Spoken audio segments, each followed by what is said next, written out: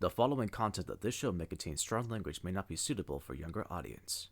You have been warned.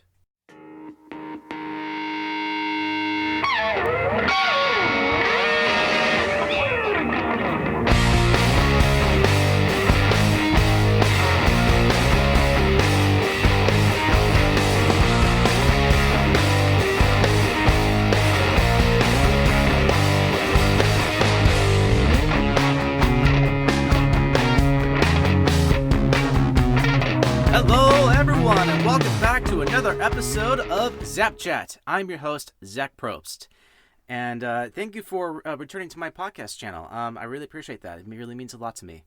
So what I'm going to be doing today is I'm currently recording in my closet as my own studio. What I got going on right now, for those of you may not realize, it might sound a little bit different for you guys for the sound background. For instance, yes, I'm in a closet, but I also purchased a, what was it called? The acoustic foaming pads, like little square shape sizes. And I bought roughly about 50 of them, and they were like really, really cheap. And so I'm really pushing myself to create my own studio for recording wise. And this is actually the best I can do for what I can afford during this crisis we're going through. So I'm really pushing myself to do this right, and it took me a while to figure out how can I adjust things. And since it's in my closet, it only fits about maybe 2-3 people inside. But since I have, let's see here, I currently have some t-shirts hanging right now, so it's still a little bit cramped. So I got some t-shirts on both sides, left and right, and I have my old cabinet drawer of where I put my jeans and socks and undies and etc. and all that, and I placed one of those carrying cases for storages. It's where I put all my some of the more rare retro games I've been collecting, and so I'm using those special cases I've been buying at the store and use those to stack them up high so I can reach by standing up. And yes, I am actually going to be doing slightly different. Instead of sitting down doing a podcast, I'm actually going to be standing up because I like to keep my feet up, and it helps me to think at the same time. And so, and the problem for me is I'm a little claustrophobic, like a little bit, because I'm a little sensitive on really fear of closed spaces.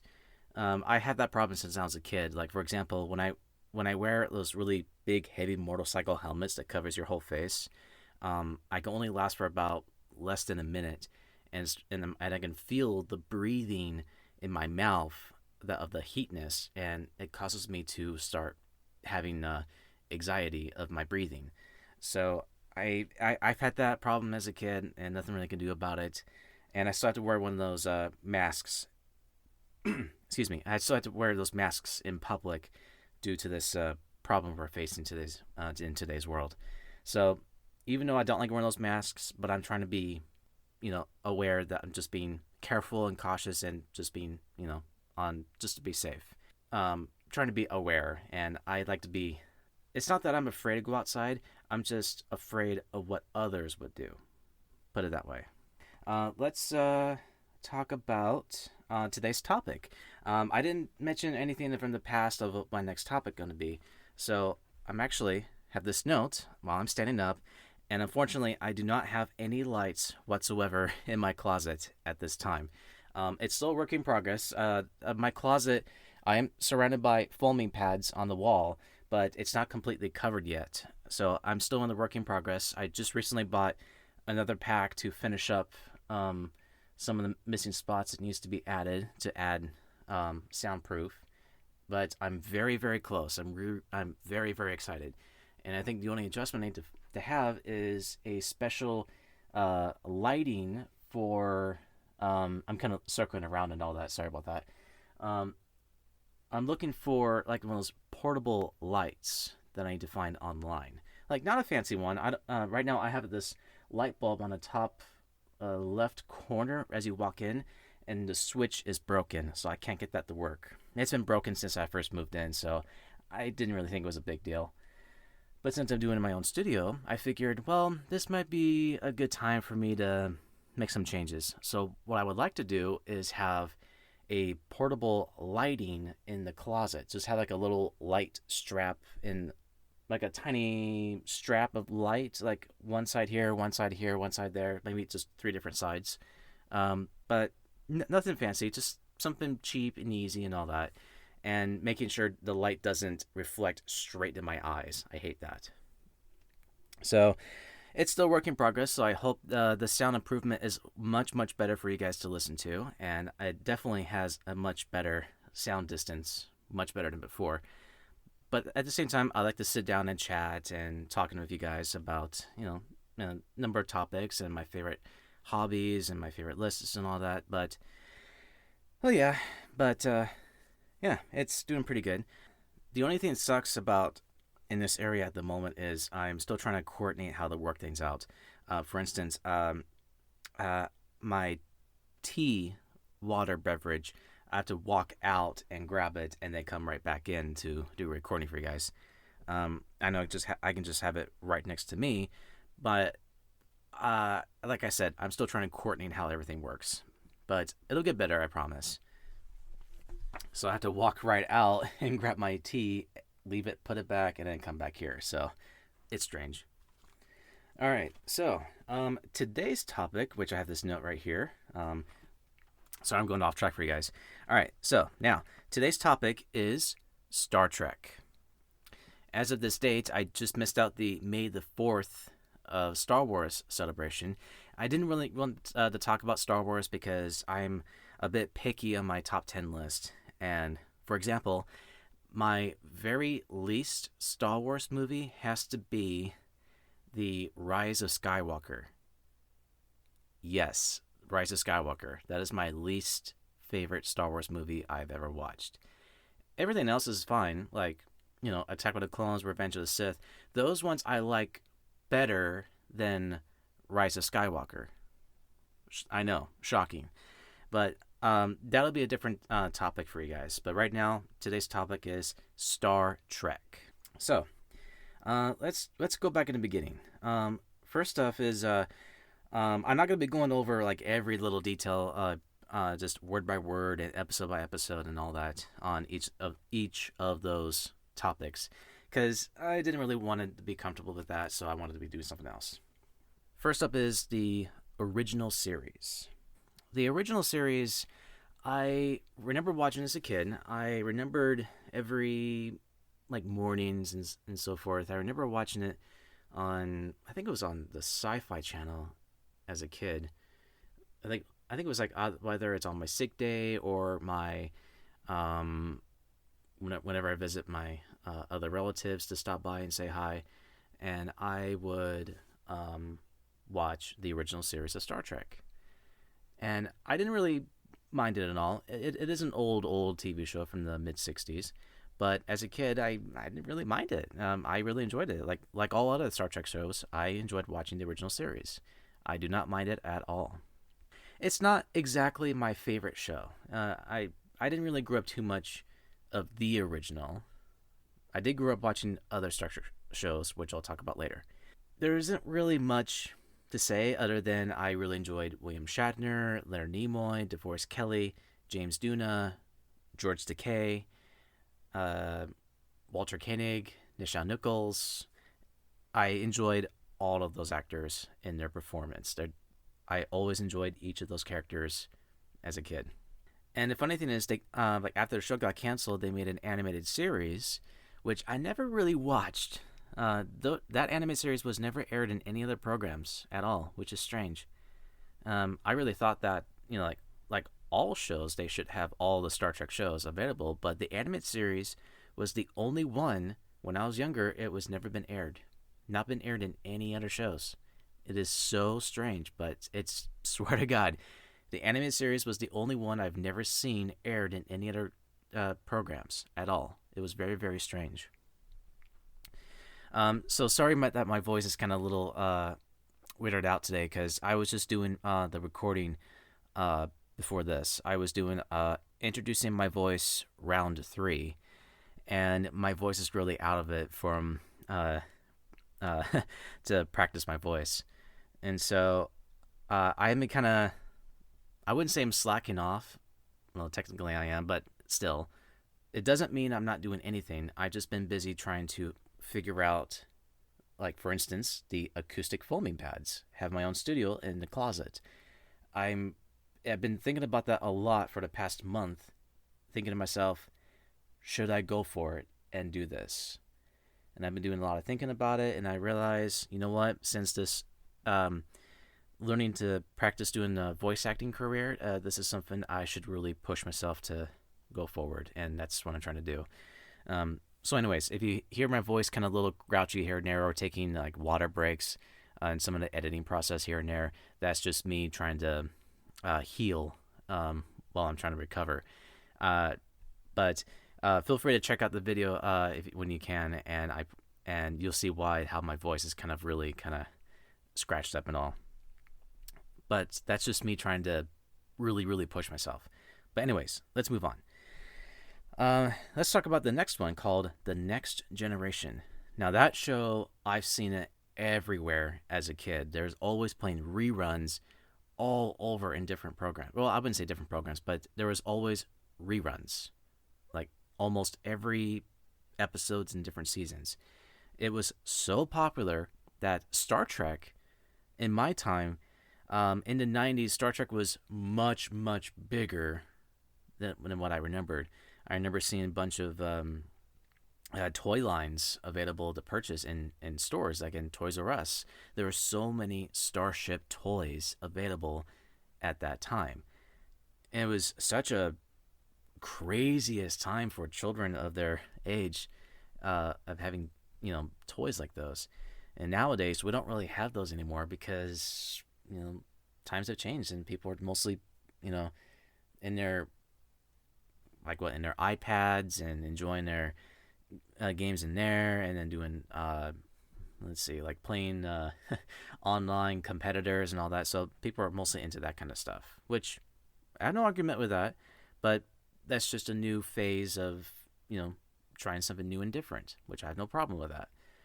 But for The Next Generation, I really enjoyed that show way much better than the original series, because the characters are more appealing than the original, in my opinion. I know a lot of you guys have different opinions and all, but The Next Generation is the show I grew up watching more than any other shows. And Next Generation has always been a favorite. And even season 3 was like the best one I've watched. And I loved it more than anything. For season 3 would have to be the best season of all the episodes that they've aired on Next Generation. They have I can't remember the guy's name of the writer. There was some writer at that year that did an incredible job of introducing the characters. Like season 3 just finally got the right tone of the show. Like during season 1 and 2, they were really new and they weren't sure how to introduce the characters, and they almost got a series being canceled, and they were worried it may not go forward more. But eventually the fans were really stronger than the critics. So luckily the show kept going, and we had season 3, and that's when things started really pumped up the fanboys. Now for the other shows, speaking of fanboys, we have other shows after Next Generation. We had Deep Space Nine and Voyager. Now, those ones were mostly aired a lot in the 90s. Now, for Deep Space Nine, I do enjoy Deep Space Nine, but it was mostly of a drama show kind of way. Yeah, so it was almost like a drama show that I just felt that, well, I don't know about that one. Even though I did watch all the Star Trek shows, but that one, I would say that would have to be my least favorite of all the shows, because that one's mostly kind of a how should I put it, starship drama base, and there's a little romance, and there are some suspensity going on. There are some pretty strong episodes that I liked watching a lot, but most of the time it just feels boring, really, because nothing really exciting happening too much of Deep Space Nine. But doesn't mean it's a bad show, but it's not as strong as the other shows. But the show I really like watching is Voyager. Now that show I love a lot. That one's just full on adventure all the way through. It's basically all the characters were going out for adventure and are about 75,000 or 75 million light years away from home, and they got stranded. And their goal, basically their mission is to get home. And while they're on their way home, they're getting stumbled on dangers and new alien life forms that we've never seen before. So they're going like a whole new adventure like any other before. And having the Borg introduced in that show was like, wow, okay, this is something. So I really enjoyed Voyager a lot. And I personally think the conclusion of the series of season 7 of the final episode has to be the most enjoyable episode I've watched of that series. And I can't really think of anything that's like my highlight of the episodes because I barely have time to think back and what I remembered. If I have somebody with me to do a podcast episode, I'd be more than happy to discussions of our favorite episodes. But since I'm by myself, my head is blank. I can't keep track on all the episodes.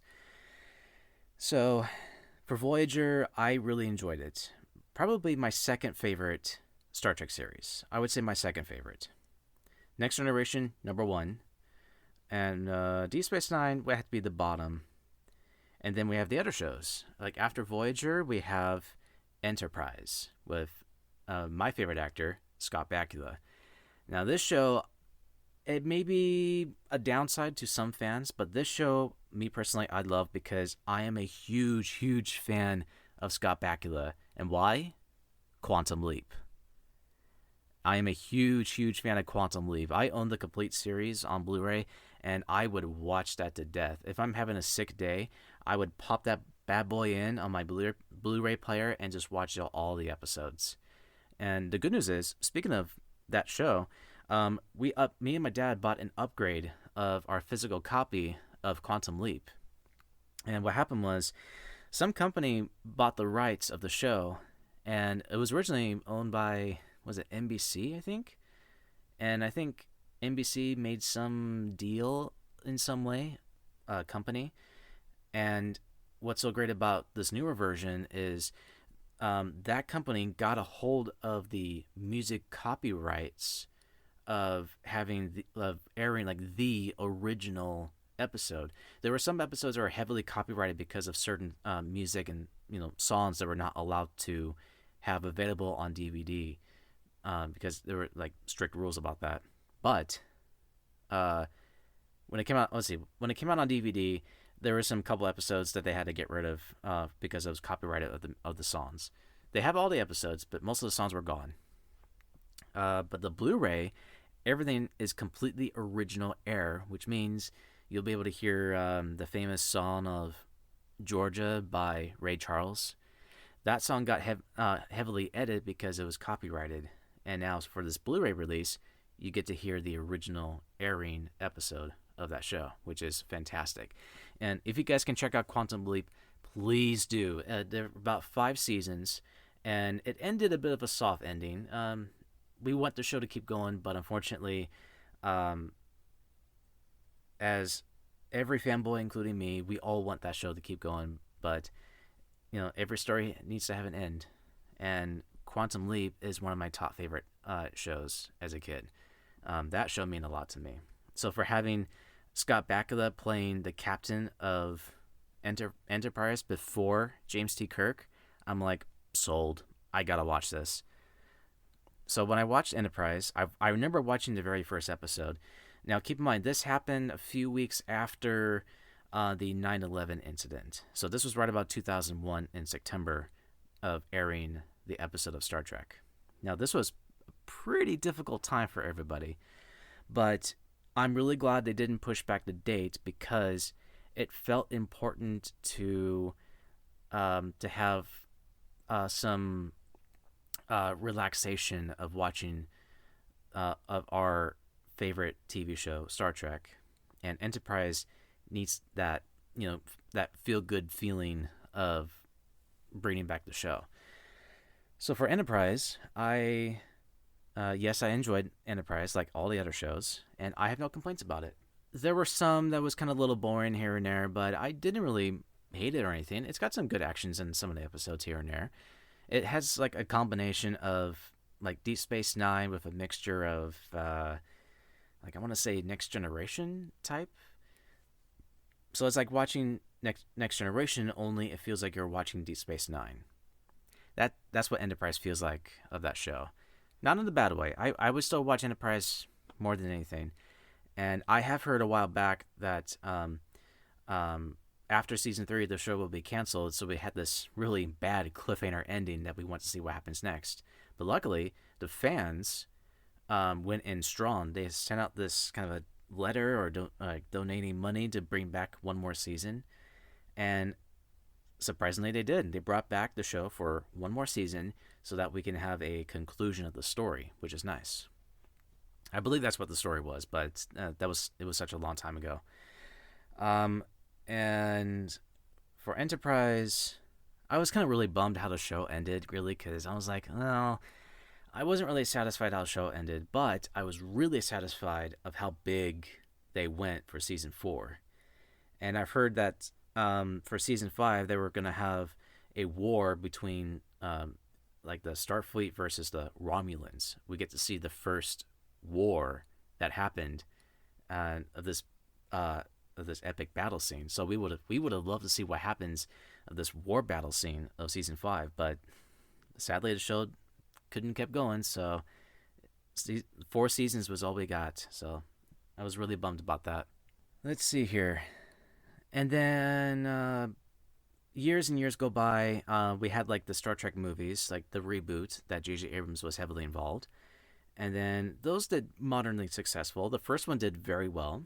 The second one got slightly better, but a little harsh on the critics. And some fans were a bit disappointed of the whole story basis of what's happened. But we'll talk about that later.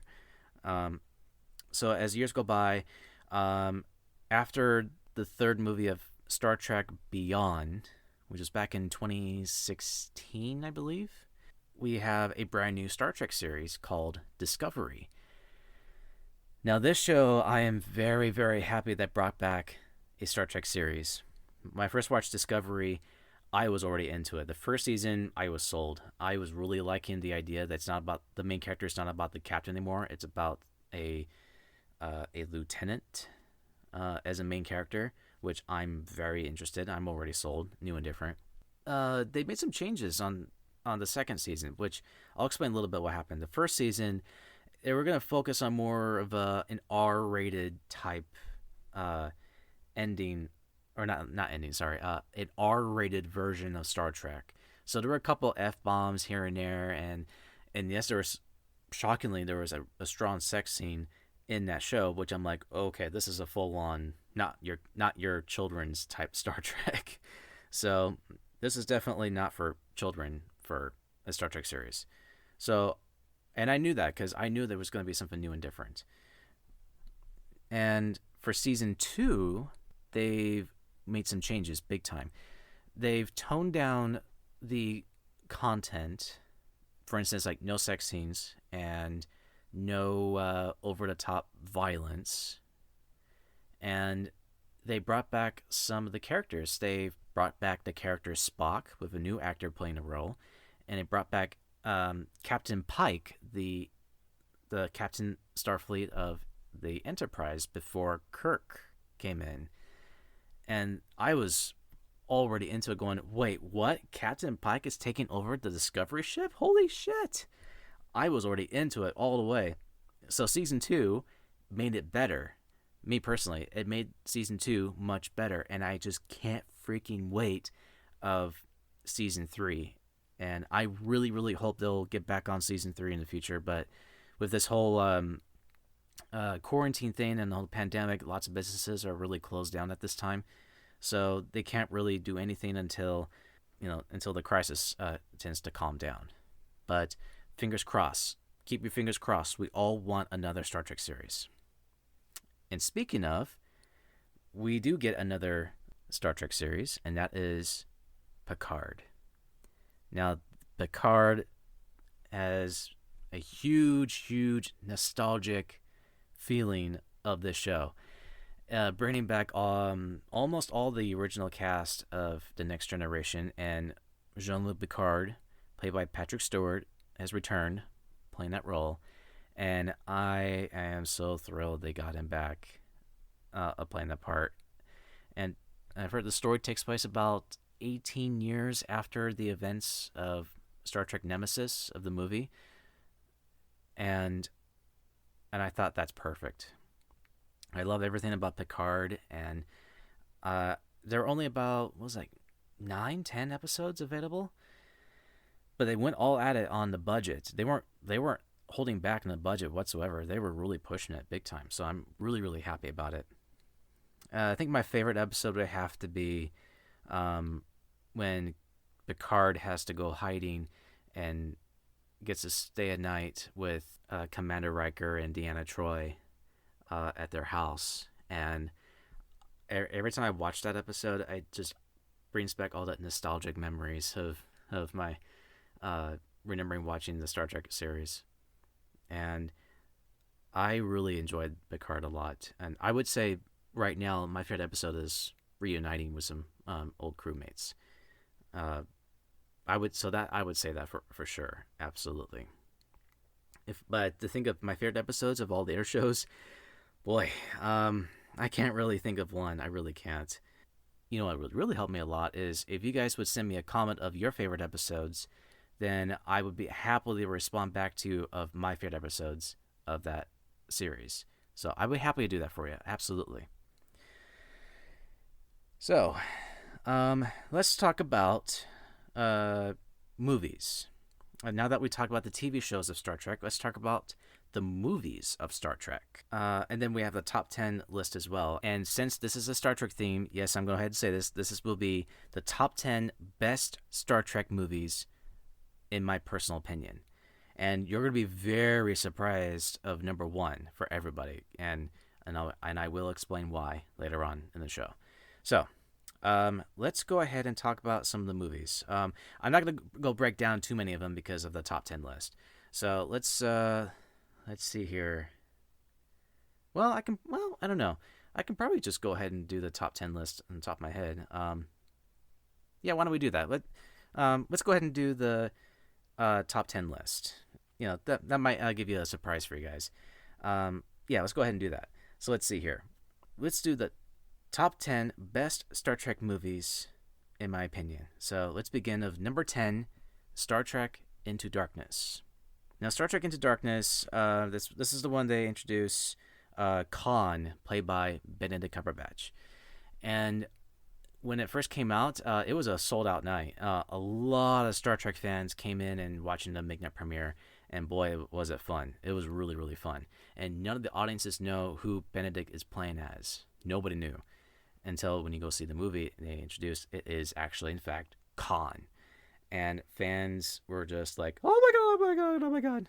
They were screaming and like, yeah! Just like, oh my god. People were cheering. And the reason why it was number 10 is because there are some good elements. However, I've read a little interview with the director named Nicholas Meyer. He directed 2 Star Trek movies and also involved in producing and helping out some of the TV shows of the newer ones. And he said something that spoiler alert, when Captain Kirk got killed off in the end, when he goes down to the engineer and get the engine back on to get the ship going, he sacrificed himself to save the ship and the crew. So they killed him off and have Spock take down Khan.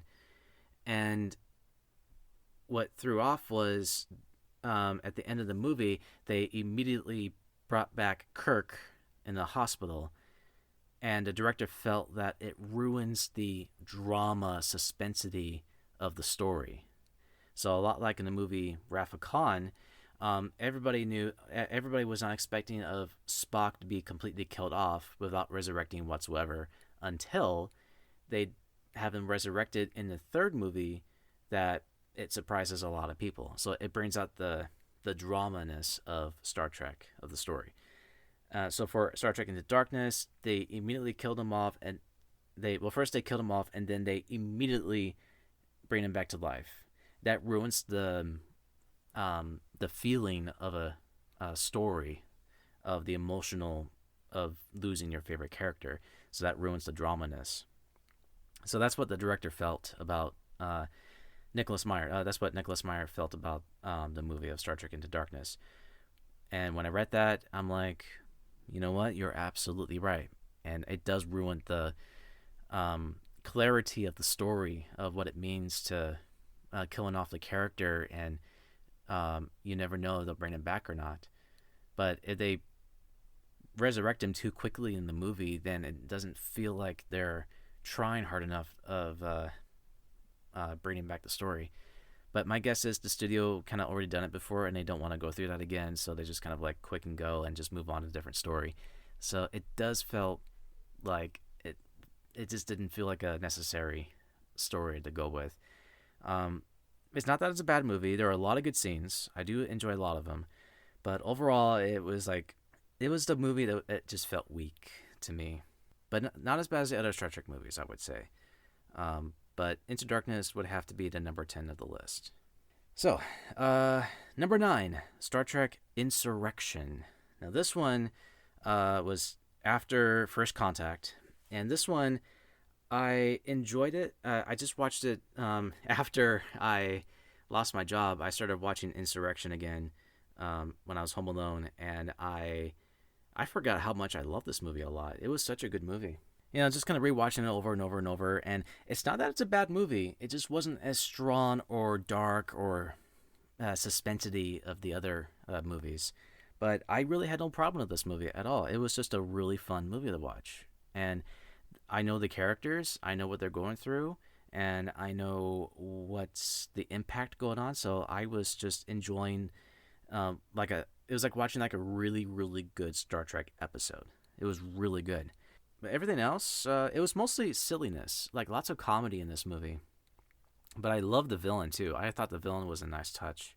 That he just wants to have all the power that he wants and no one else's, and just teaching other people a lesson. So, but he's not exactly a bad guy. He just wants something more power, basically. So he still behaves like a human being, but deep down he wants more. And I do like that kind of villain a lot. But overall, I loved it. It's not a bad movie at all, but not as strong as the other movies, but Insurrection will definitely be in a number 9 on my list. And so, number 8, Search for Spock. Search for Spock I really enjoyed a lot because we all thought that Spock would be killed off completely until they gave us a little tease at the end of Wrath of Khan that he could possibly live. Possibly. There were just... I'm assuming back in the 80s there were a lot of speculations of, is Spock really going to be alive in the next movie? So there was a lot of suspensity and lots of people talking, going like, what's the next movie going to be? Is it going to be like this? Is it going to be like that? A lot of people were really psyched about it. So I really enjoyed Search for Spock, and I do love when they become, well, I wouldn't say fugitives, but I would say I love it when they go rogue, going like a ghost protocol, I should say. So since the Starfleet is refusing to go back to the planet Genesis, Kirk has decided to take action and do whatever it takes to bring back Spock to life. And by doing that, it costs us his job as Admiral of the Starfleet. I do enjoy the fight scene of, not from Kirk and the Klingon, but I do enjoy the fight scene of where it's just the main cast. It was it like 4, 5, 2, 3, 4, 5. Yeah, I think there were only like 5 crew members and no one else in the Enterprise ship attacking the Klingon ship. And I do like that moment a lot. I was like, the suspensity of that one's going like, ooh, I love that part a lot. And what are some of the good ones? I think the music, of course, is amazing. The music is composed by James Horner. That's his name, James Horner. James Horner did such an incredible job on music composing Star Trek.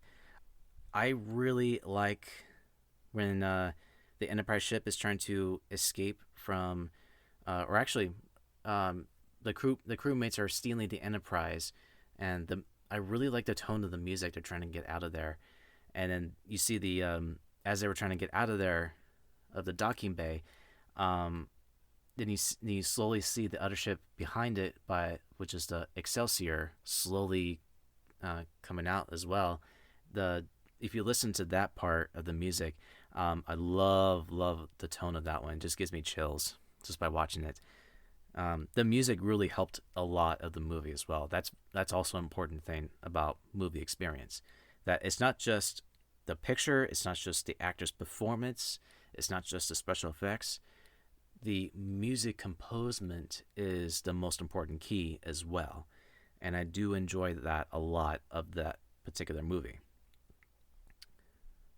So, let's move on to number 7, which is Star Trek Beyond.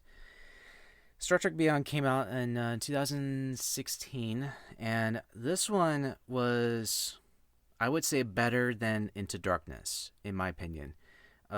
This one feels like you're familiar with the cast, you're familiar with what they're going through. They've been a lot of Avengers past couple years, and they stumble across something new and different, and they're into danger. And right off the bat, the Enterprise ship is completely destroyed, and they're stuck in this planet, imprisoned, and they're trying to find a way out before the enemies trying to destroy their home as well.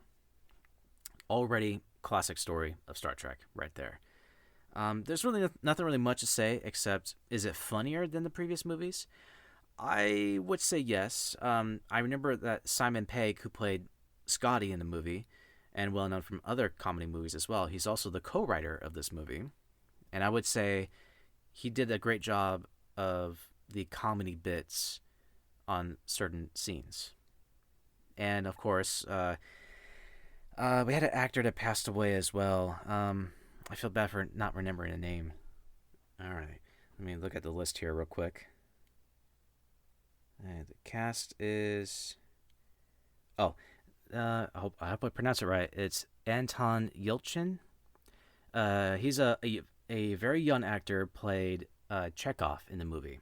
Now, unfortunately, what happened to him was there was this terrible accident after he was done filming the movie. He was doing, for what I remembered in the news article, he was doing like auditionings on other movies, and he was in his car driving to do his next auditioning roles, and unfortunately the car had somehow malfunctioned and crashed and tragically died at the accident. And Anton Yelch was his last Star Trek movie he filmed. The good news is they were able to finish filming the movie before the accident, and so the movie has been dedicated to him. And also Leonard Nimoy also passed away as well, and before the movie script was written, so they had to also say their goodbyes to Leonard Nimoy in the movie as well, and they also did a huge dedicated to him as well, including Anton Yelch.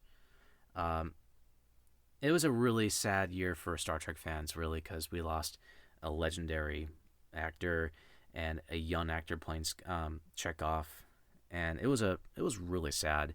It was during the whole 50th anniversary of Star Trek at that time, which was incredible, but at the same time, it was a really sad year for all the fans because we lost our biggest hero. He was Leonard Nimoy is created an incredible role playing Spock. It influenced a lot of people, and I even watched a documentary about his life too, and it was another huge impact. And so, as time goes by, for Star Trek Beyond, I do enjoy this movie more because it focuses more of an entertaining story and not dramatic suspensity. Something bad's going to happen. It's not going to be a pleasant ending. It won't. It's not like that at all. Um, but overall, I love Star Trek Beyond. I highly recommend it to everybody and all the Star Trek fans. So Star Trek Beyond, highly recommended. I would totally do that. So move on to number 6, Star Trek Generations. Now this one takes place after the TV show of season 7, and this was originally going to be aired. What was it? On TV, but then they decided to save the script for a movie role instead as a grand finale of the series. And me personally, I love Star Trek Generations because what I love about this one so much is the main villain really just he's not exactly a like a horrible villain, but he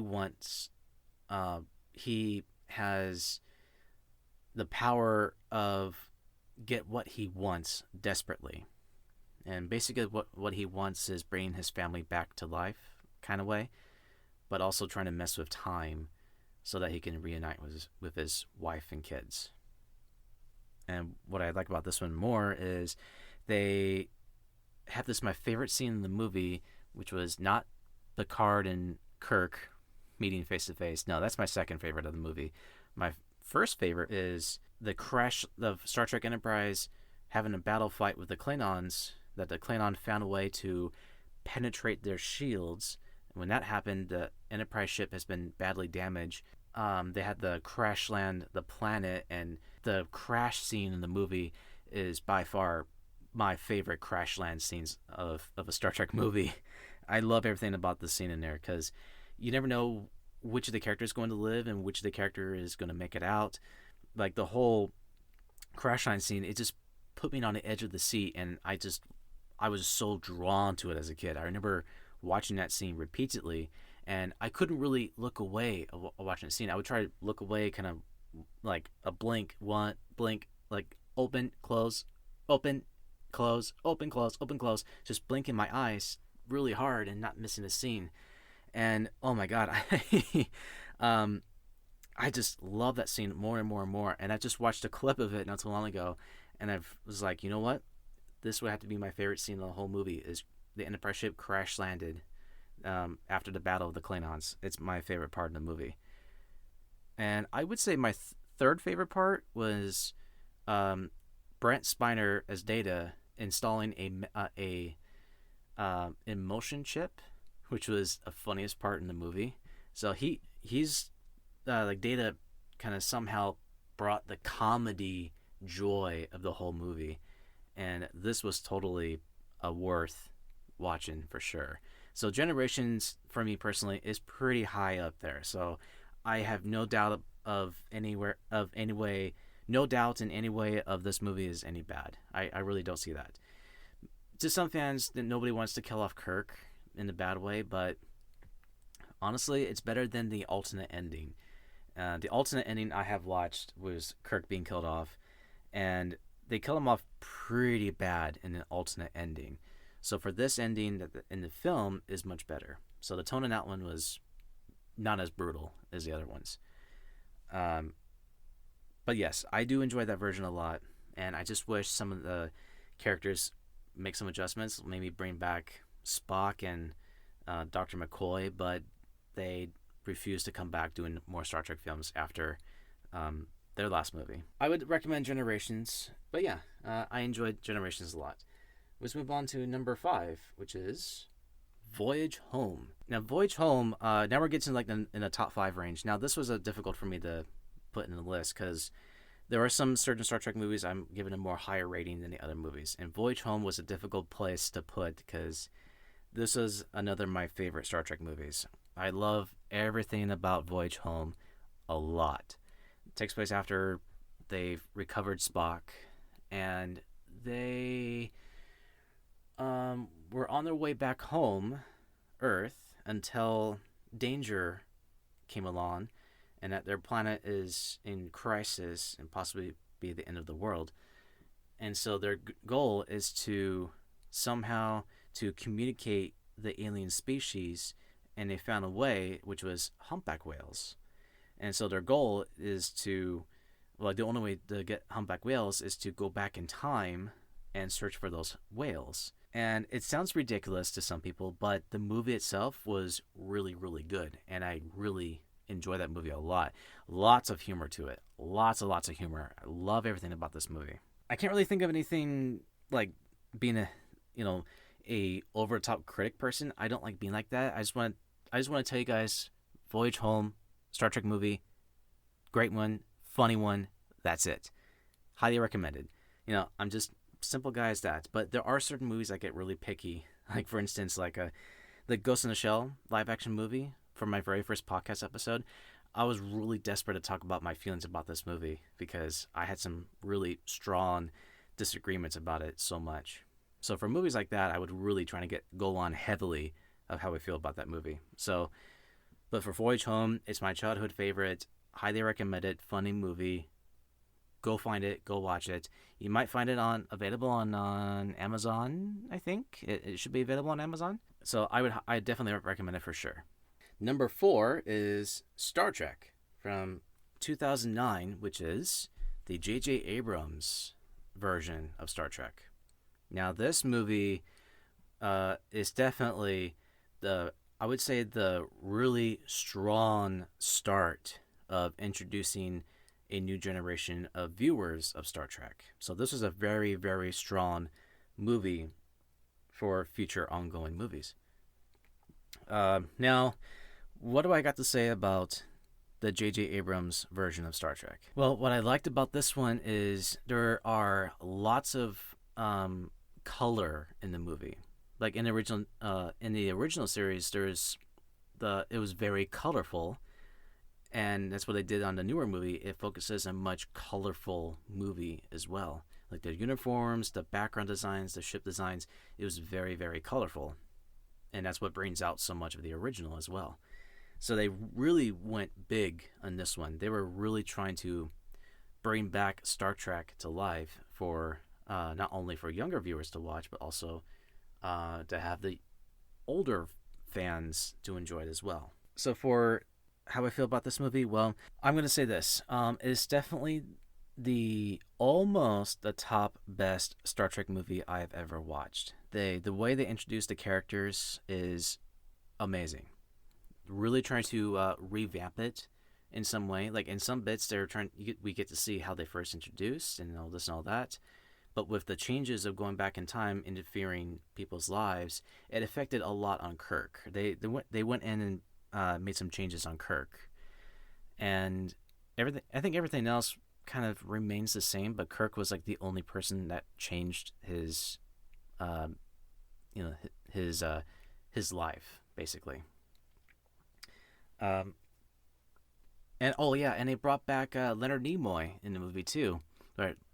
As the old Spock, and I really, really liked that a lot so much. It brought back the nostalgic feeling of seeing him returning on screen, and boy, I was so thrilled of seeing him back on screen.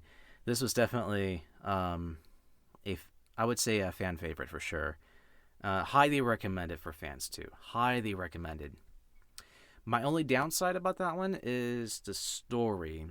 Like, yes, with the Romulans being the main villain, and then it involves heavily on a time travel story as well, which some fans at that time, people were kind of really sick and tired of another time traveling story, to be honest. However, in order to introduce the characters, it needs to have some involvement in time travel, especially having an older Spock played by Leonard Nimoy. And we all want to have him back in a movie as well. So in order to get the story situated, this was a really strong start of the franchise. I very much believe that. And it kind of changed up Kirk a bit too. Like his behavior just was a lot different than before. And when we see him in the second movie, he was a very different person, but kind of learned as he goes. And in the third one, he's starting to realize thinking about what his father could have been as well. And for the fourth possible movie, we would have like possibly another time travel story to bring back Kirk's father somehow, played by Chris Hemsworth, and seeing what's that going to be like. So I was really, really curious about that and how they were going to go for a direction. But unfortunately, the story direction right now has been really uptight due to budget cuts. Because I've heard some stories that Paramount Studios has been some budget cut issues on bringing back another Star Trek movie. But they've been focusing on some of the TV shows that they want to focus on instead of another movie, which is, to me, that's more than okay for me right there. You got working on season 3 of Discovery, already in the works of season 2 of Picard, and I'm like, okay, I'm already sold right there. So whatever you guys do on TV shows, keep at it. Movie wise, just be careful. That's all I'm gonna say. So for the J.J. Abrams Star Trek of 2009, highly recommended, without a doubt. Let's move on to number 3, Wrath of Khan. Now, this one was definitely a game changer. After the motion picture, everybody thought that this was the one-time thing only of Star Trek movie, and that is it. But toned down the budget of production of the next Star Trek movie.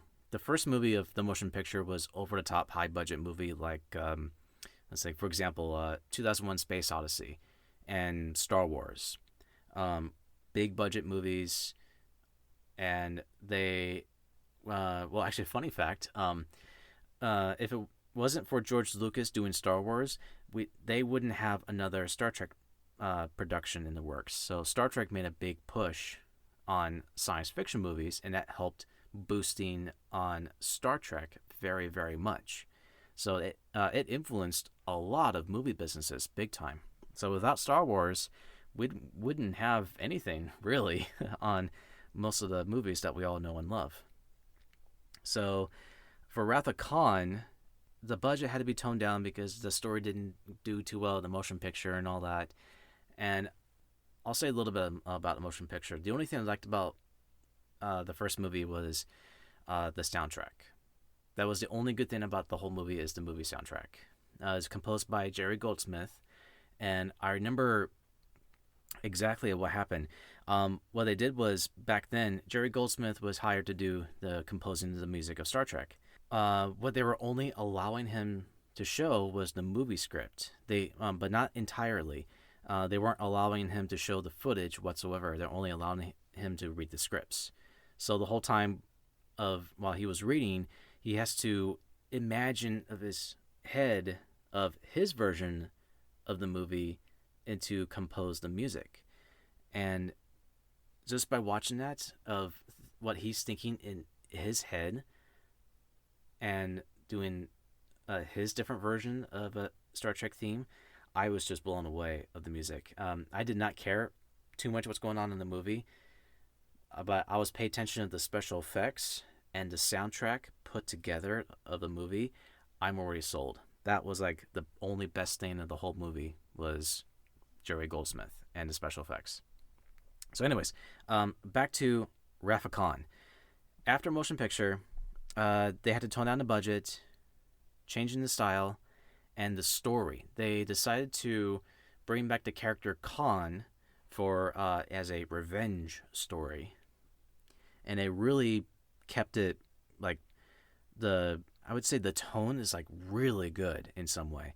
The downside is Captain Kirk and Khan didn't really face to face each other, but they were kind of off camera kind of way, so they didn't really get to meet in person. It was just like split to different camera angles, so they never met in person, so which was a bummer. But the battle scene of the whole movie was amazing. It's fun to watch, and another thing I would say is the director's cut of Wrath of Khan is, I would say, a highly recommended way to watch is the director's cut. The good news is you can buy the director's cut on Blu-ray, and they did make some technical errors when it came out on Blu-ray, so the director's cut had some problems, but they were able to re-release it, and you can buy it on Blu-ray right now. Um, but here's the problem: the picture quality is not as good as the original DVD. I'm sorry to say this, but the DVD version is actually better than the Blu-ray. So the downside was they didn't really do anything of the picture quality base. So I was really disappointed, and I just felt like it was just a cash and grab thing, in my opinion, for the Blu-ray version. So I kind of watching the video comparison of the picture quality of the Blu-ray release and the DVD release, and I realized, oh, they weren't really trying it hard enough.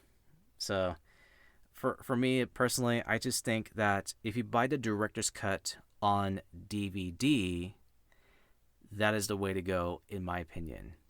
Like, what you get is what you get, and if you still want the Blu-ray, you can, but in my opinion, the DVD is the way to go.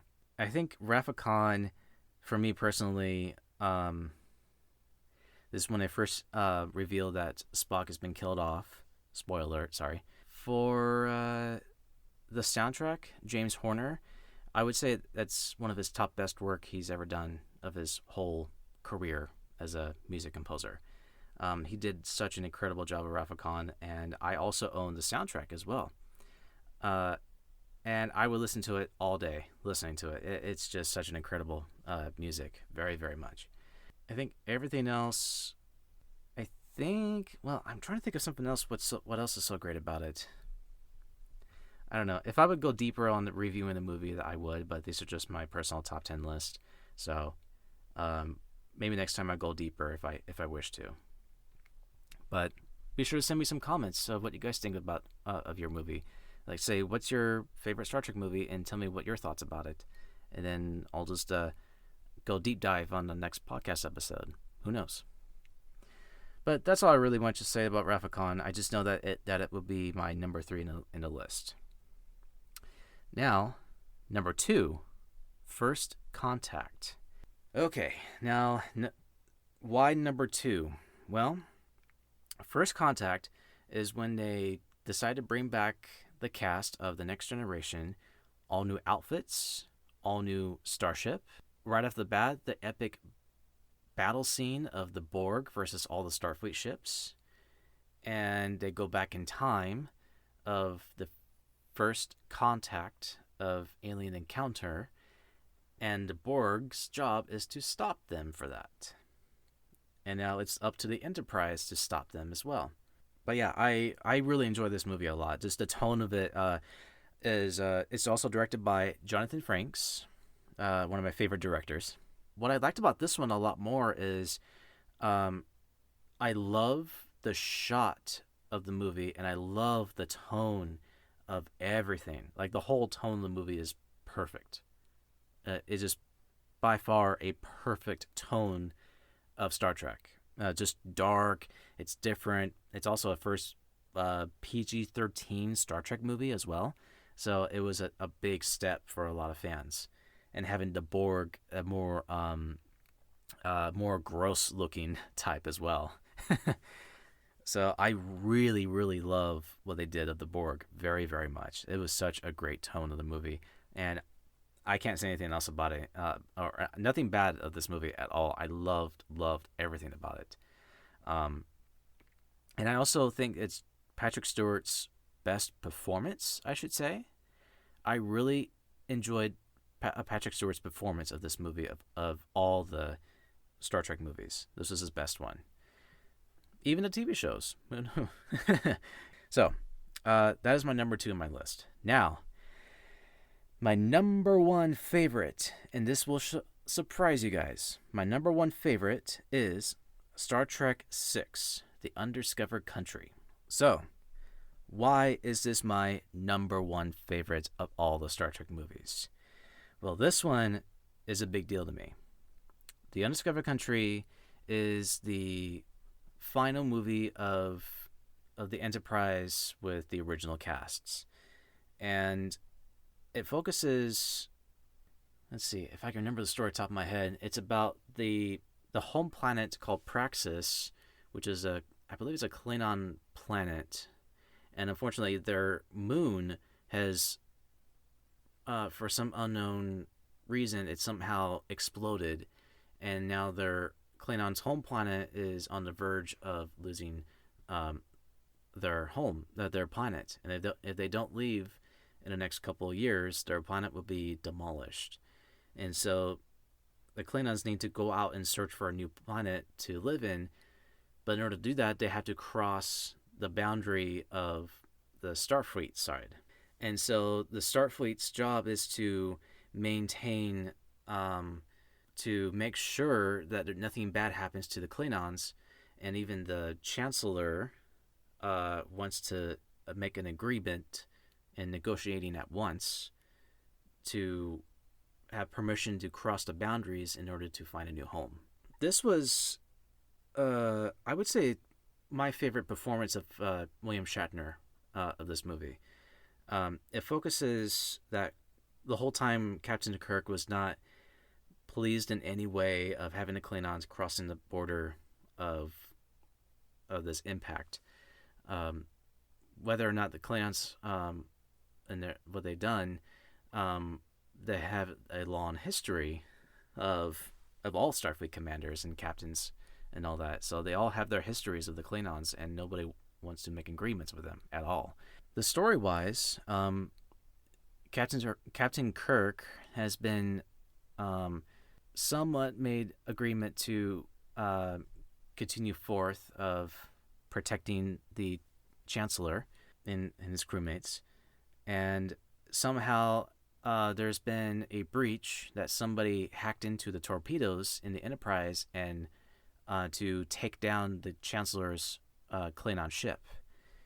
And so Captain Kirk has been framed and been sent to prison, Rura Pente, which is a Klingons prison. And I love that scene there too. And I would say that had to be my favorite movie. Now, however, there's something you need to be aware of the Undiscovered Country, and I'm very picky about this. The reason why it's number one is because that I grew up watching the extended cut of the movie.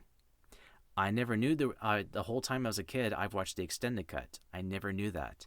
When I've watched it on Blu-ray one time, I've noticed something was different. Something was off. And I've noticed some of the scenes were being cut. And I was like, why is the scene being cut? And I realized it was the theatrical cut of the movie, not the one I grew up watching as a kid. So surprisingly, I never knew the whole time that the Undiscovered Country, the one I watched, was the extended cut on a video cassette tape. And I surprisingly have it stashed in my closet, right in my top corner up there. I just so happened to buy that one, and it's factory sealed on a video cassette. And that is, without a doubt, that is actually the extended cut version that I grew up watching as a kid. And I never knew that the whole time when I had it. I thought it was like it was always has been, but no, it is without a doubt. I grew up watching the extended cut. Now, what's so different about this one? Well, I would say there were a couple scenes been added, and they made some alterations of the ending as well, which was very important of this movie.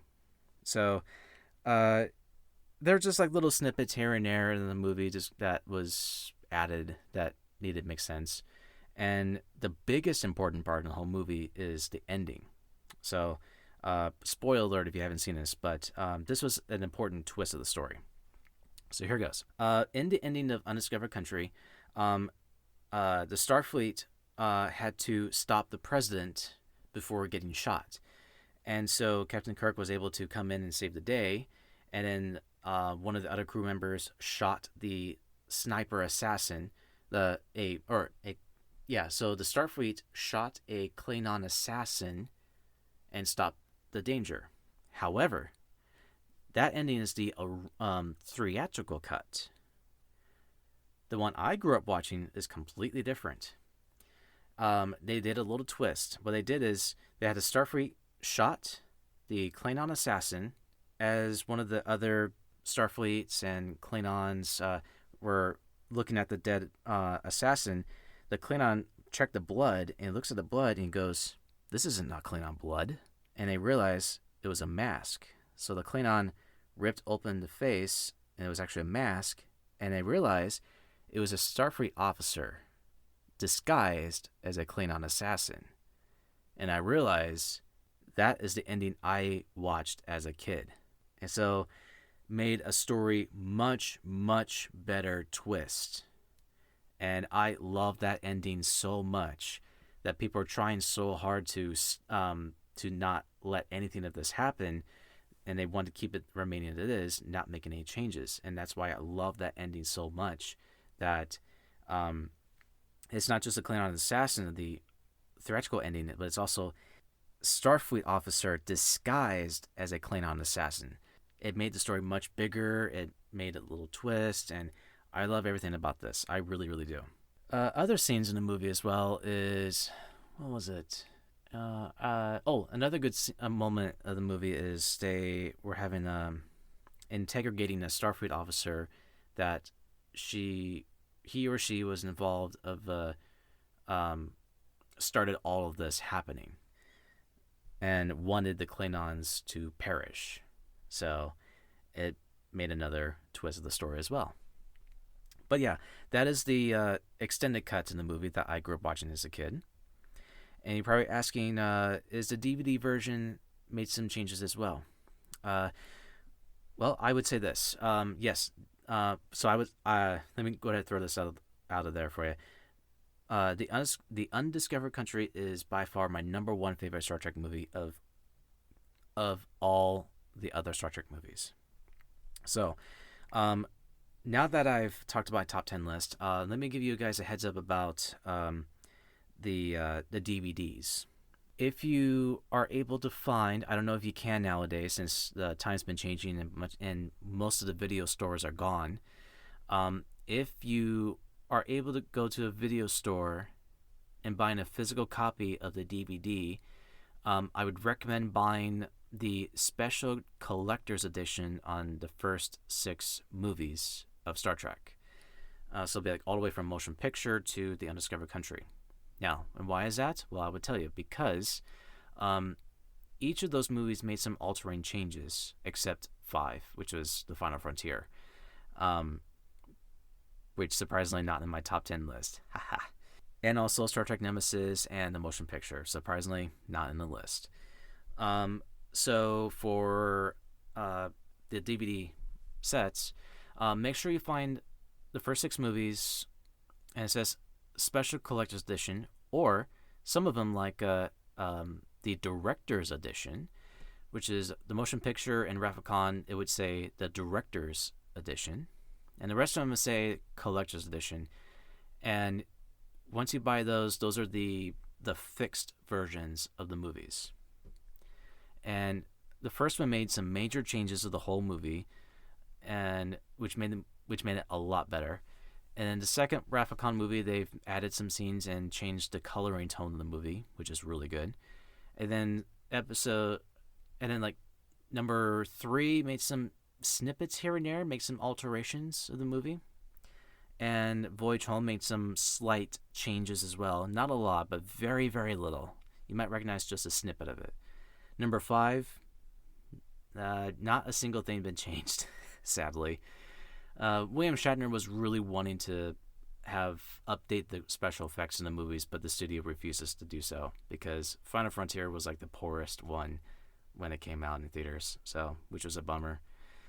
And finally, The Undiscovered Country. Now this one, yes, it is the extended cut when you buy the collector's edition, but also they've altered the scenes of that movie. You may recognize some of those footage when you watch it. You'd be very surprised that the 2-disc special collector's edition that Nicholas Meyer, the director of the movie, went back in and made some alterations in the movie, which was, I'm like, oh my god, they went back in and altered a movie again. That's incredible. They still kept all the scenes of the extended cut, remained the same. They just made some alterations, and they were able to alter the scenes, like in interrogation scene of Captain Kirk. When Captain Kirk was talking, they were able to find the lost footage to get an up close of Captain Kirk while he's talking, and that was not appeared in any of the videocassette tapes at all.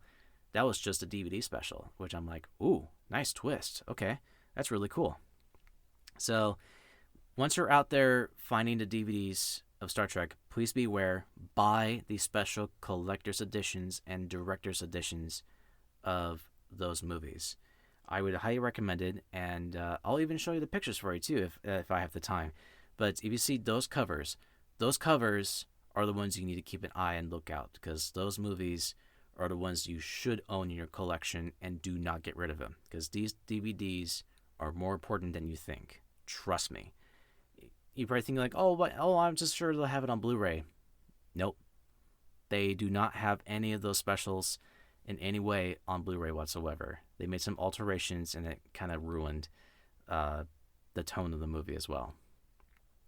So it's almost like a whiplash color clean type picture quality, which is bad. So, just please be aware, these are the DVDs I would highly recommend you need to go out and find them before they are extinct. But I would highly recommend those versions by far. So, those are my top 10 lists.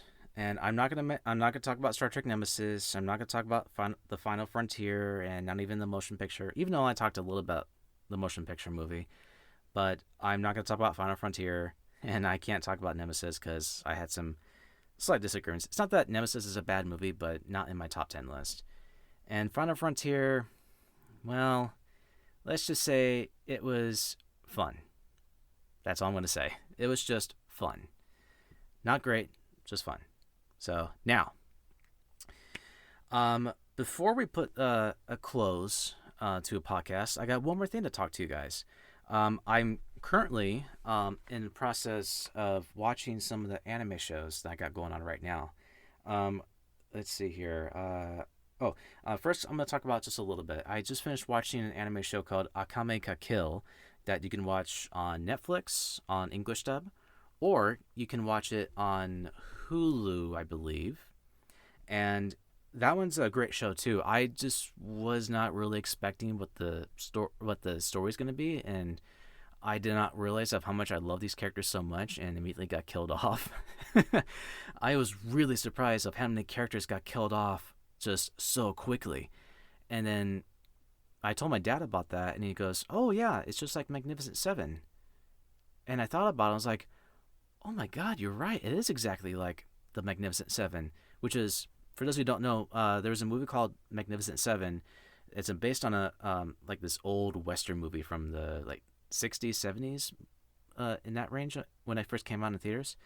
And it's basically they round up all the Westerns to being hired to help a small town city or village to stop the bad guys. And while they're risking their life trying to save the people in that city, a bunch of characters got killed off, and only one or two survived, I believe. And so for the anime show Akame ka Kill, it's very much like that. And so while you're watching a movie, or while you're watching an anime show of Akame ka Kill, do not expect anyone to live in this show.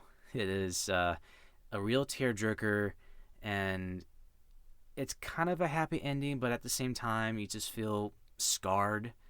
That it gives you this this really deep feeling of the show, that all your favorite characters that you love so much all got killed off.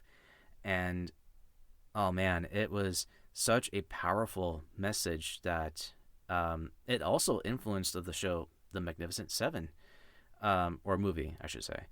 And I was not expecting any of that at all. I was really surprised. And I'm still scarred just by thinking about it. And I just kept watching some of the clips here and there, just like, God, man, I didn't want any of these characters to be killing off. But I'd be better off having some characters to live on. But man, it was a real tearjerker all the way through. It was without a doubt, it was definitely a great show. But man, such a powerful feeling of that show. Man, I was just blown away.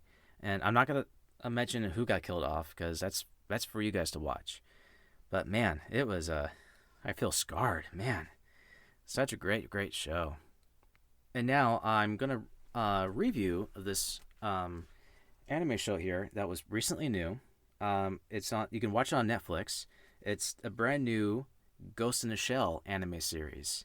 Now this one um, I'm only gonna review just snippets of it because they only showed about 12 episodes, and a lot of them, or actually, they only shown 12 episodes, and I believe that's only the first season, or they just cut the show in half.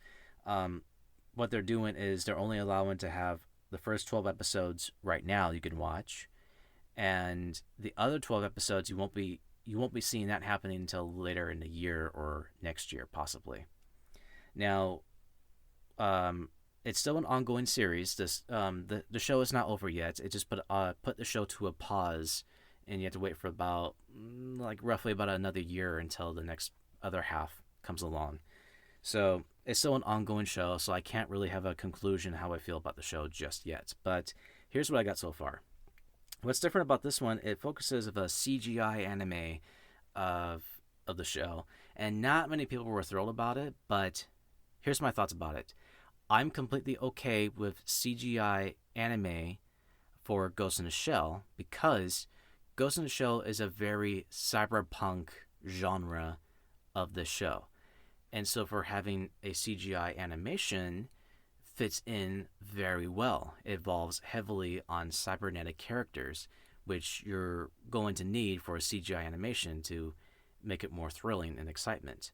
But I understand that people prefer like hand drawn 2D animations, and I'm the same way too. I get it. But for CGI, for Ghost in the Shell, I'm okay with that as long as it has a good solid story.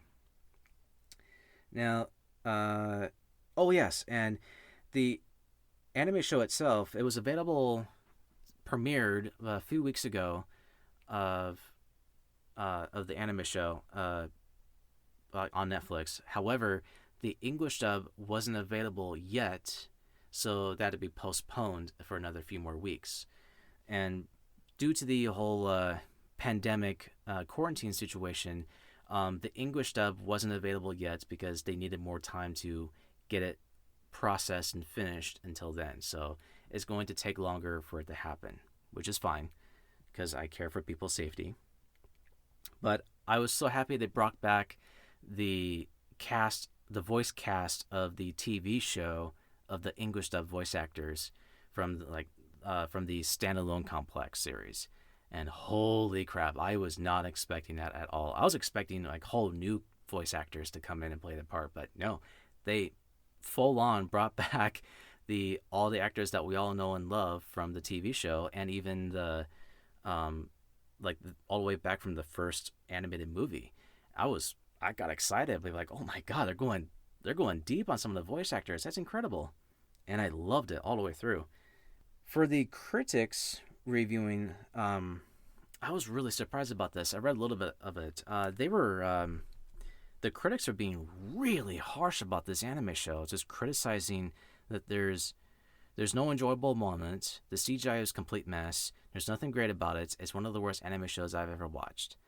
So the critics were being really harsh about it. Even like the Anime Network website kind of way, they were giving some really harsh thoughts about it, and they were just all complaining of basically the CGI. And I'm like, oh come on, guys, the CGI is not that bad. Just let that go. Let it, don't let that bother you the whole show. Just enjoy it. Just be happy that he brought back another Ghost in the Shell series with the English dub actors to play the roles again. Just think about that for a moment, okay? Yeah, I was really disappointed with the critics. Like that was just really harsh. Let's see, but I understand. I'm trying to read my notes here, but I understand that CGIs can sometimes work if done right, but this anime show can work because it involves cyberpunk genres. Um, I would highly recommend to check the anime show out. It's available on Netflix, and I would absolutely just enjoy it. Don't be too harsh about it. Just be open about it. Just be open about it. Don't be too harsh. And besides, Steve Bloom is also a guest appearance in the show too. So I have huge respect of Steve Bloom, very very much, which I'm also trying to focus on voice acting career as well. So just hearing Steve Bloom's voice in the show, I'm like, okay, you made me happy. That feels good. So for Ghost in the Shell fans, please watch the show. It's not that bad. Okay? It's not horrible. It's not. It's really not a horrible show. It's actually really good. You just have to be open and accepting the changes of the animation because, like I said, when I say CGI sometimes work, this show works of CGI. Trust me on that. So please, check the show out. It's available in Japanese dub and also English dub right now, and you won't be sorry. I would highly recommend this show very, very much. And they're currently working on 12 more episodes to continue on of this anime show, but we won't be seeing that happening until later of the end of this year or by next year, depending on how the current situation we're going to have right now. So, well, I hate to tell you guys, but this is the end of our episode era. It's been recorded for about an hour now, and I'll be doing some editing work as I roll along. And it's actually pretty late, too. It's actually almost 3 o'clock right now. So I really got to put my recording to a stop, get some rest, finish my tea, and I would try to post as many episodes as possible. I'm going to be busy doing editing once I'm getting this done. So I am going to be focused on editing this episode first, and then I'll do my other ones later on as well. So I'm going to be quickly and try to get everything finished as much as possible in the next couple of days. But I promise you, I'm trying. It's just really hard to do it by myself. So anyways, thank you for listening. I hope you guys have a good night, and I hope you guys staying safe out there too. It's very important to just keep doing what you're doing. Stay at home as much as possible. You're helping a lot of people too, so please be safe out there. But thank you for listening. I hope you guys enjoyed this episode, and I'll be currently talking about my next topic pretty soon. I don't have any ideas just yet, but I will in the future. But I'm going to try maybe reading some books too, just so I can have something else to do. Or maybe some new anime shows, either way. But anyways, thank you for listening to my show. This is Zap Chat. I am your host, Zach Probst. Thank you for listening. Be sure to like and subscribe to my channel. And I really hope you do enjoy my podcast episode. But please, if you do, send some comments, throw in some ideas to help me follow on and continue my show, and then I will happily talk about on my next topic. Who knows? But please be sure to comment me, and I would happily to respond back as much as I can. But please, just remember, be safe. You're doing a good thing, and that's that. So again, this is Zap Chat. I'm your host, Zach Probst. Thank you for listening. Good night.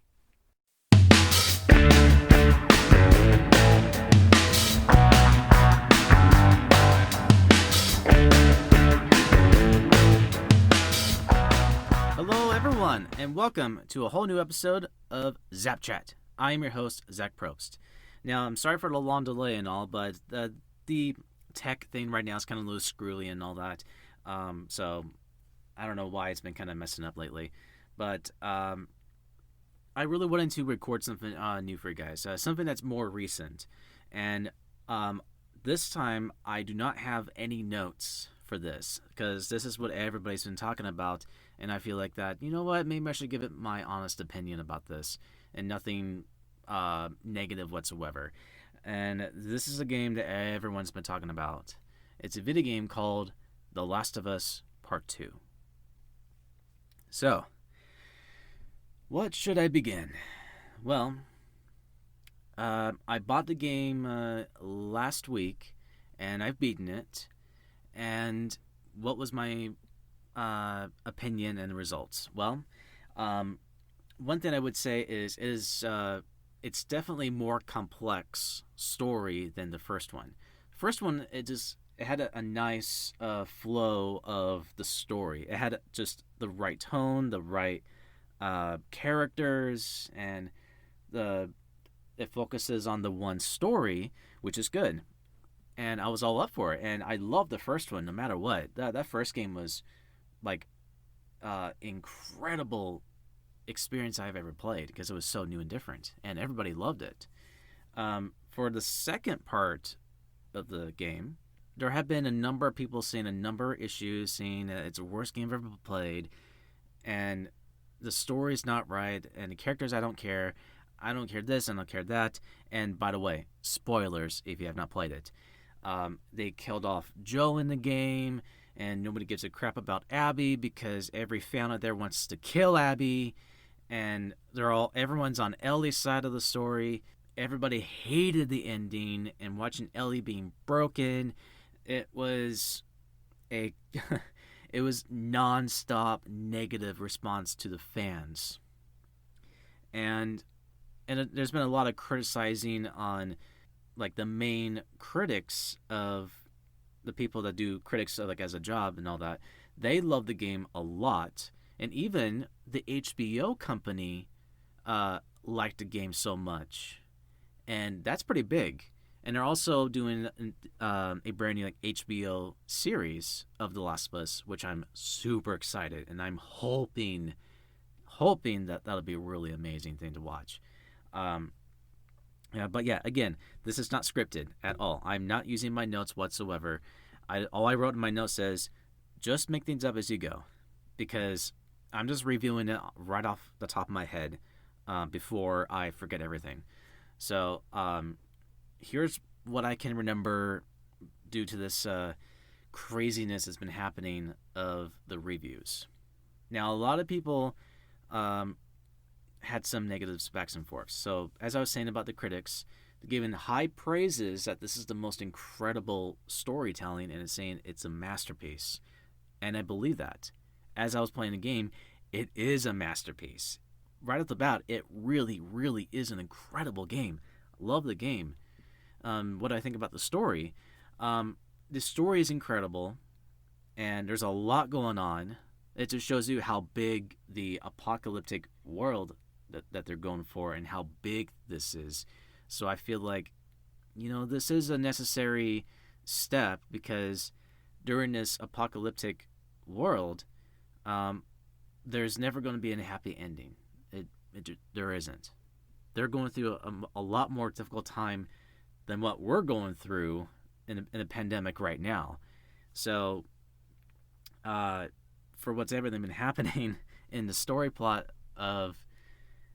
in this apocalypse, not our apocalypse, no, not like that. In their apocalypse, it was a big adventure, and there were some slow parts of the game. I felt some of the bits of the story was just a tad slow, but in order to get that gameplay experience, it is going to be a bit slow.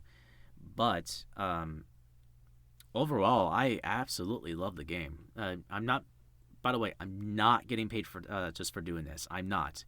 I'm just wanted to desperately to give out my own words to review this, because there's a lot of let's see, how should I put it? There is a lot of different opinions of the game, so I really want to give it my perspective. So the critics are saying it's the most masterpiece experience of the video game, and you have the other people, which are fans. The fans currently right now are divided. One side is giving good response, the other half is giving a bad response. So it is completely divided of people's reaction of the game. And so that is really unfortunate. I really felt bad of the creator Neil Druckmann to achieving this goal to make this game happen. But I think the problem is that, ever since somebody hacked in a Naughty Dog's company and leaked all the footage of The Last of Us Part 2, it did hurt a little bit. I personally think that it's not like, how should I put it? from what I understand, what people are saying is people are more angry of the story and not the game. And there are some people out there going like, they just want to play a game and just shoot people and gut people and doing combat modes. They only care about that and not everything else. But here's the problem. What you have to understand is The Last of Us is mainly for the story and not much of the gameplay. The gameplay is still an amazing experience, but it's more than that. It's more than just the gameplay, it's also the story. And I have huge respect of the creator, Neil Druckmann. I have huge respect. All the way from I first started playing Uncharted. I love the Uncharted franchise. I enjoyed it, all three of them, including number 4. And I love The Last of Us, another incredible game. And part 2 is completely divided from fans and critics. So it's a really difficult time right now. Let's see. I'm trying to get as much info as I can right off the top of my head. Let's see. I'll say the more common thing. What was my prediction of the game, of the story plot? Well, okay. Here was my prediction, like a conspiracy story of what I thought what the part 2 would feel like. I'm expecting Joel to be killed off in the game at the end of the story. And I was thinking more of like this has to be some sort of like a revenge story, a lot like Star Trek II Wrath of Khan, that kind of revenge story. And I was expecting like Abby went blood drunk and kidnapping one of Ellie's friends, and now Ellie has to save that person's life and to take down Abby at the end of the game. At least that's what I thought what the story would go. But instead, in the actual story, they killed off Joe right in the beginning of the game, and then they have this 2 different sides of the stories of Abby and Ellie. So you first start out as Ellie, like 3 days of the Seattle area where she's going to find Abby, and then the story goes back in time, and you're playing as Abby of the story. Now you got to watch Abby's point of view of the past 3 days of Seattle. And then once we got to the ending, I just think the ending of it was...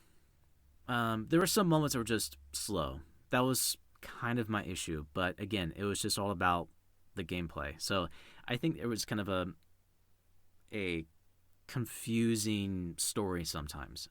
However, that doesn't mean I hate the story. It doesn't mean I hate it. I really, really enjoyed the story. I mean that. I really do. I'm not joking around. I'm not getting paid just by saying, oh yeah, it's a fantastic game. No. I'm being honest with you guys. I think it's such an incredible game. And also, the story is powerful. You have to understand that. The story is very powerful message. And I think there is something hidden messages of Joel telling Ellie of, like sending a message. That Joel is trying to send out a message to Ellie after Joel's gone. So I believe there is a hidden message of that. Just people are being overreacted that Ellie didn't kill Abby at the end of the game. Overall, I think it's such an incredible story. Without a doubt. I think it's incredible. And there's... Let's see here. I wish I can continue on the podcast episode a bit longer, but I'll still try to fill in more of the blanks because this is I just want to give up my honest opinion of how I feel about The Last of Us Part 2, because I had to think about this long and hard as much as possible to review all this information on my head and then record it before I forget. So this is no notes whatsoever. It's just all in my head. And so watching Ellie being broken and falling apart, that she lost 2 of her fingers so she can't play guitar anymore, and her girlfriend left the house and the baby So she's all alone, and her life just kind of tumbled upside down. So now we're going to watch Ellie by herself. Um, well, at least we're expecting to be in the third part of the story of The Last of Us. I think we're anticipated to see something like Ellie's on her own. All she can do right now is survive and live and move forward. I believe that's what's going on in the next part of the story.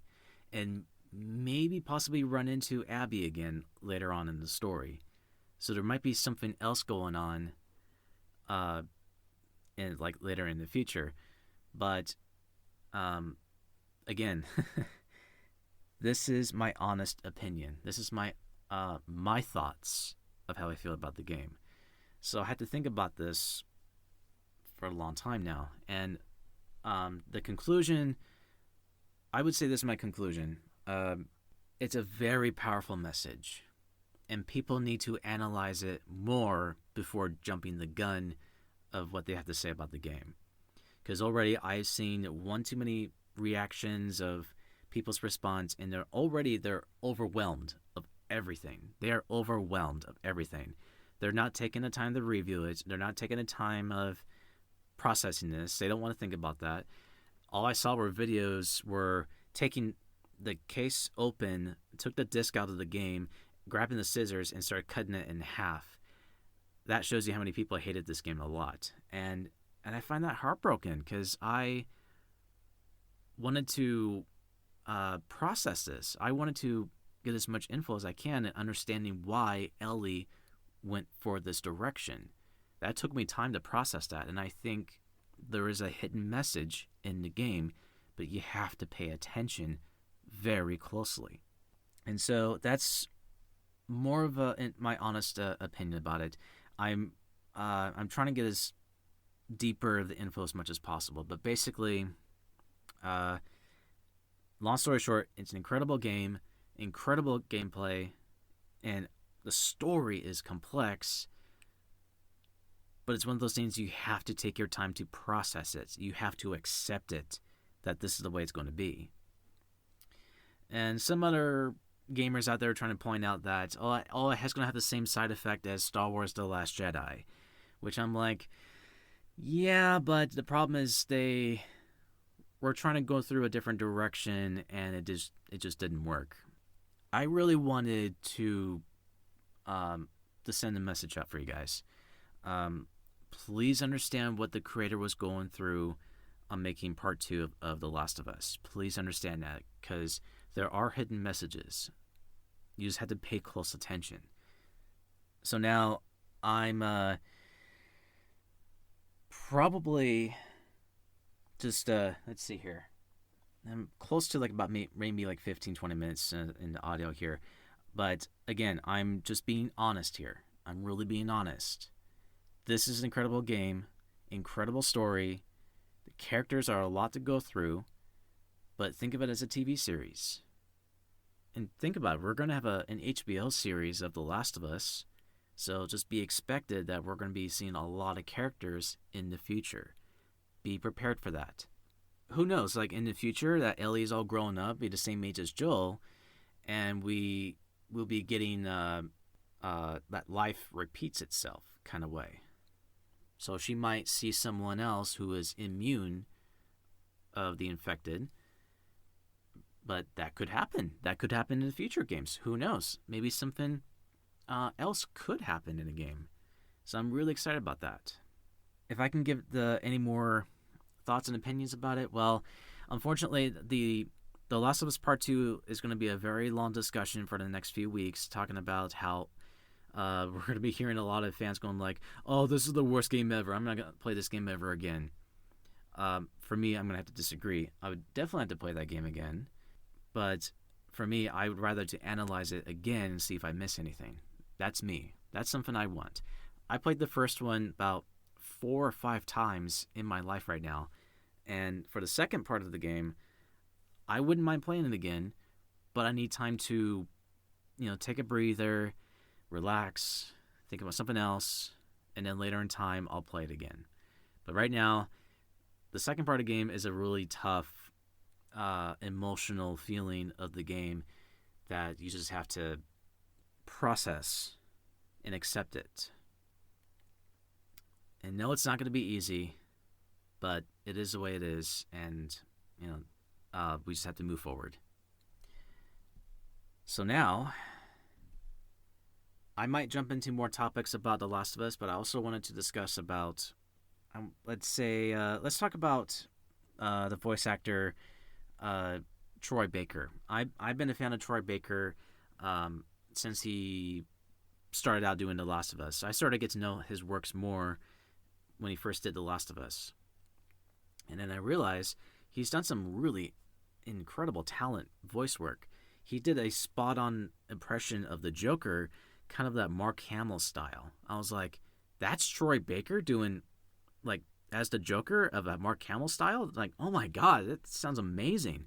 So Troy Baker is actually an amazing actor, an incredible actor.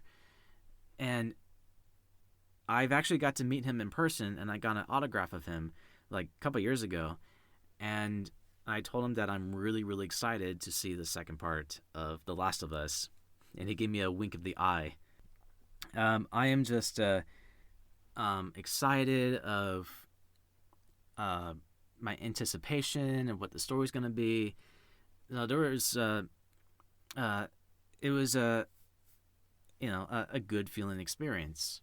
And meeting with Troy Baker was a lot of fun. And also, I won't lie to you, I was really nervous meeting him in person. I really was. I was really, really nervous meeting him in person. That's because where I'm from, we don't often get celebrities close to my hometown because we just don't. Again, I have no notes of this episode whatsoever. I'm just making these up as I go. Here's what I have to say about the whole situation of The Last of Us. I think people are more concerned that this is going to have the same side effect as the Disney sequel of Star Wars. And I had to think about that, and I was like, well, I really don't want to go in that direction because there has been lots of ups and downs of the Star Wars trilogy, the way that Disney approached it. And I wasn't really happy with the newer Star Wars movies. However, Force Awakens brought me a tear to my eye because I was just so relieved we finally got to see another Star Wars movie for a long, long time. And I was really satisfied how it turned out. I liked it how it started out. I'll put it that way. I liked how Force Awakens started out. Now for The Last Jedi, I was kind of understanding what direction they were going for. Basically, they made Luke Skywalker going through depression. That we're watching Luke Skywalker is going through depression, and I think I think that's kind of an important message that there has been people who have mental health problems and going through depression, and for me, I also have depression in my life. So just watching Luke Skywalker, what he's going through, his experience is like, yeah, he's going through a very difficult, life-changing experience. So yeah, I can see that why it could hurt him. So for The Last Jedi, it hurt a lot of people because I'm like, a lot of fans are just like pointing the screen going like, that's not Skywalker. There's been a lot of that. And honestly, I didn't mind The Last Jedi. I really don't. There were just a lot of the, I would say one thing, the casino part of The Last Jedi was a complete BS. I'm sorry I had to be negative about this, but that whole casino scene of The Last Jedi was complete BS. I was just like, no, that's just a complete waste of time. I don't like that. But everything else was fine. I'm okay with that. Now, The Rise of Skywalker. I'm going to go ahead and say this. I really do not like The Rise of Skywalker. I really, really do not like the story. I do not like the tone whatsoever. It was it's not a J.J. Abrams movie. That's a Disney movie. Just think about that. The Rise of Skywalker, that's not a J.J. Abrams movie. That's Disney. Disney made their take on it. And I really did not like how that one turned out at all. I really don't. I don't want to get too far into the details of it, but basically I hated everything of the story. Hated the story. It felt like it was a complete, ripping off notes and ideas from Avengers Endgame and from the similar ending. And because of that, I was like, ugh, this is a complete ripoff right there. And I just really don't like what they were going for of Carrie Fisher. And they could have done it better about Carrie Fisher, to be honest. They could have done it better. What would I do it differently? Well, I think right off the bat, I would have preferred to see Princess Leia's funeral at the beginning of the movie. That's what I would prefer to see that happen, because that's all I just wanted to see. Just have a funeral, just like a bunch of the rebels taking a moment of silence about Princess Leia, saying thank you for being the hero, and I promise you we will move forward and inspiring your inspiration, and we will win this war. Kind of like that. And that would have been a much better movie. That would have been much, much better. And then everything else, they can just come up with some ideas. But again, I really did not like The Rise of Skywalker. I really don't. It's not J.J. Abrams' movie. It's a Disney story. It's got Disney written all over the movie, just stamps and letters, and this is Disney, this is Disney. I'm like, no, I'm not buying it. I've only watched it once at the movie theater, and ever since then, when the Blu-ray came out, I refused to buy it, and I refused to watch it again. I just can't watch it. There have been good moments, but they could have done better. They could have kept what the original script was when writer-director named Colin Trevorrow, the guy that did Jurassic World. I would have preferred his original take on it and not Disney's approach. So, yeah, again, it was just, it was exhausted. I'm just like, yeah, okay, I'm done with the movie Star Wars version of it. Let's move on to something else. And boy, they went big on the TV shows. We got back a brand new season of the Star Wars Clone Wars for its final season, so we got to finally see the conclusion of the story during the events of Revenge of the Sith. That blew my mind. I loved it very much. And then we have the live-action TV series of The Mandalorian, which I've been waiting for years for a freaking TV show of Star Wars live-action. The studio have been trying to do that for years, and we finally got it. So I'm very, very pleased how Mandalorian turned out, and I'm already psyched of it. I'm just super, super happy about that one. Love the animated Clone Wars, and I absolutely love the Mandalorian series. I'm looking forward to see more of that show. That looks amazing. And during the past month, what have I been doing since then? Well, I've been busy setting up my closet as a recording studio. I've been busy trying to put more acoustic foaming pads in my closet, and I made some more adjustments. I added another layer of it and covering up a few extra spots, and I added a few more in the upper area of the wall. Then I added a few up in the ceiling, so it doesn't have that much echoey sound to it. Didn't bother to block any more of it because I got stuff on top of the shelf in my closet, so I don't need to add any more paddings. And then I decided to go ahead and add paddings on my door right behind me. I decided to add the foaming pads in here because I had a mirror on my door, and as I was recording, I noticed it still sounds really echoey sound to it, so I had to decide to remove the mirror and add the foaming pads. So it feels like you're in an actual recording studio, and I love the way it feels. And I love how it sounds too. It sounds much, much better. And also, I added some lighting in it too. I finally bought some lights and hook it up in the closet. So I have like two different lightings. Like one is those little tiny circle lightings. They're like about $6. I got two of them. Two of them for $6. Put it that way.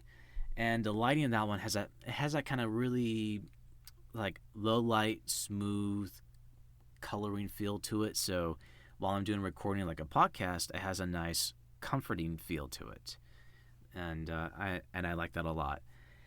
And when I set up the microphone and all, well, I had to take out all my T-shirts out in the closet and all my belongings just so I can make room to start recording what I'm doing right now.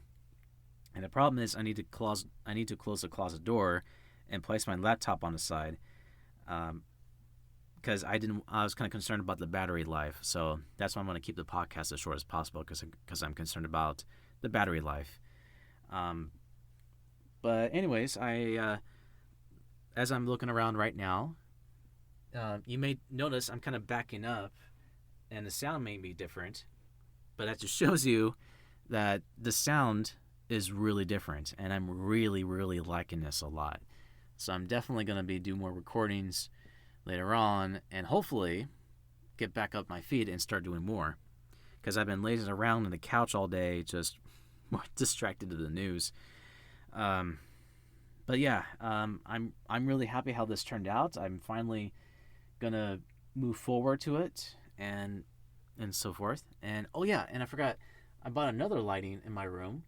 It's kind of it's like a size of a ruler. It's about that size, and it's rechargeable too. You can plug it into your computer and recharge it, and it's really nice. And the battery life lasts about 2 hours, and it fills up the whole room too. Just one light, it's super bright, and it fills up the entire lighting, which is really nice. So I really love it a lot. And what else will I be planning on doing?